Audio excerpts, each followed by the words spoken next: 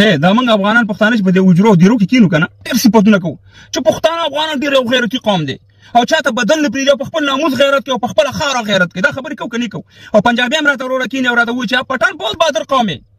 به زموږ نه ځان ورک شي 3 میاشتې مخکې یا 4 یا 5 میاشتې مخکې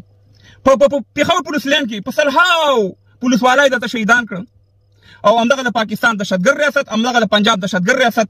همغه کار یې درته نن په سوات کې وکړو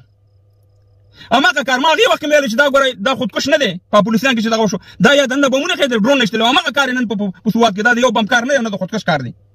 خو زه تاسو افغانانو پښتنو ویم چې موږ په کوم غیرت موږ خبره کوو 15 کاله کېږي چې دې پاکستاني ریاست ستاسې په زموږ په خاوره باندې قبضه کړې ده زموږ نه ورا چې دې پنجابي کې غیرت ډېر دی دا پاکستان په قبضه کې نیولې په تا حکومت کوي ستا خویندې میندې وژني ستا ځوانان وژني ستا مدنیات وړي ستا ډاکټر نجیب په کابل کې درته شهید کړو زموږ او ستاسې رئیس جمهور او همداسې صاحب مهربانه هره لوبه دنیا ته هم دهشتګرد معرفي کوي نو زه غیرتي یم که دا پنجابي غیرتي دی بنګالیان دومره بنګالیان لار ازادي واخیسته ورور د پاکستان هغه دی په هڅو سره په دنیا کې ګرځي ولا زموږ نه په بنګالیانو کې ولا زموږ نه په هندوانو کې غیرت ډېري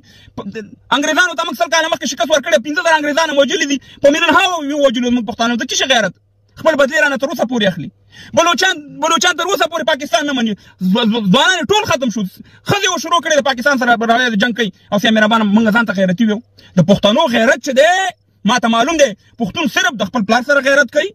د خپل خور سره غیرت کوي د خپل مور سره غیرت کوي د خپل ورور سره غیرت کوي د خپل تر سکه تر به سکه تر زوی به وي دا زما تربور دی په ځمکه به سره یو بل وژني په پیسو به سره یو بل وژني په جوارۍ به سره یو بل وژني په لارو په کوڅو په جومات به سره ورانېږي یو بل به سره وژني د پښتون غیرت چې دی دغه دی وي پښتون 15 کاله بعد چې بدل والي و چې ډېره تعظیم یې وکړه 15 کاله کېږي چې دا ریاست تا سره هره لوبه کوي ولا د اسرائیل نه بدتره لوبه کوي هغه خو فلسطینیان سره هم دومره ظلم نه کوي لکه تا سره چې کوي نو ته کله راوچتې کې تا غیرت کومه دی ستا تاریخ کومه دی چې ته وایې چې د احمدشاه ابدالي بچی یم من کې غیرت میرت نه دی پاتې دغه اسمبلی د ستاسې دغه اسمبلی یا ووټونه یا عدم تشدد دا هسې چټي خبرې دي یا په پښتنو لیډران هم غږ وکړي چې د خدای په لحاظ باندې راوجل شي ټول یو ځای شي د دې پنجاب نه ځان خلاص کړئ بنګالیانو ته نه ځان خلاص کړه هغه د مزې کوي دنیا کې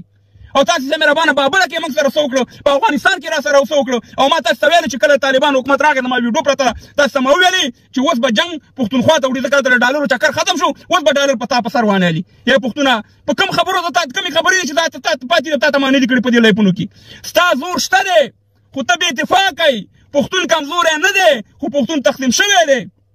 تاسې په پارټۍ بازي وانې د مذهب په نوم د یو په نوم باندې ټول د تقسیم هستئ د خدای په لحاظ باندې دا ټول شیونه هم پرېږدئ او دلته یو افغانان یو پښتانه شئ د دې پنجاب نه ولا چې تاسې پسې ټوپک هم راغلی صرف کوتک راوالی که تاسې دا تورمخې د دې اټک نه وانه روزه د خدای راسي او په دې انتخاباتو او په دې اسمبلیانو او په دې شیانو ځان مه غولوئ سوات ته بیا په وینو لړي پښتونخوا ته بیا په وینو لړي دا خامار دی دا تور خامار وږی شوی دی او دې همیشه چې دا وږی شي پښتانه افغانان خوري د دې کاروبار دا دی زه په تورخم کې د خپلو خویندو میندو پوښتنه نشم کولی زه په سپین بولدک کې د خپلو خویندو میندو پوښتنه نشم کولی په خاوره رانه قبضه کړې ده پلاني ته مې شکست ورکړو بساني ته مې شکست ورکړو او خپله خاوره باندې مې د پنجابي قبضه د مدنیت هم رانه وړي دا زما غیرت دی او دا زما د پښتون توره ده توره چې چا کړې ده احمدشاه ابدالي و چې په ډیلي کې به